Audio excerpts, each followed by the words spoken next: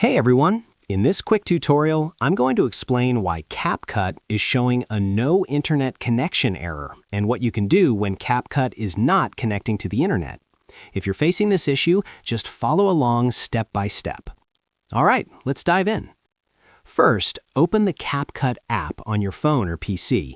As soon as you open it, you may see a no internet connection, network error, or please check your internet and try again message, and online templates, effects, or assets may not load.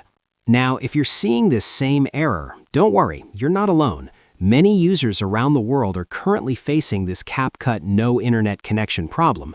Let me explain why this is happening. In most cases, this issue appears when CapCut's servers are temporarily down, under maintenance, or experiencing heavy traffic. When the server can't respond properly, CapCut shows a network error or no internet connection message, even if your internet is working fine.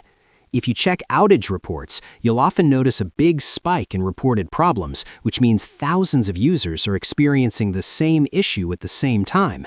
So what should you do to fix this? If CapCut's servers are down, there's nothing wrong with your phone or internet. This is a server-side issue, and it usually gets fixed automatically.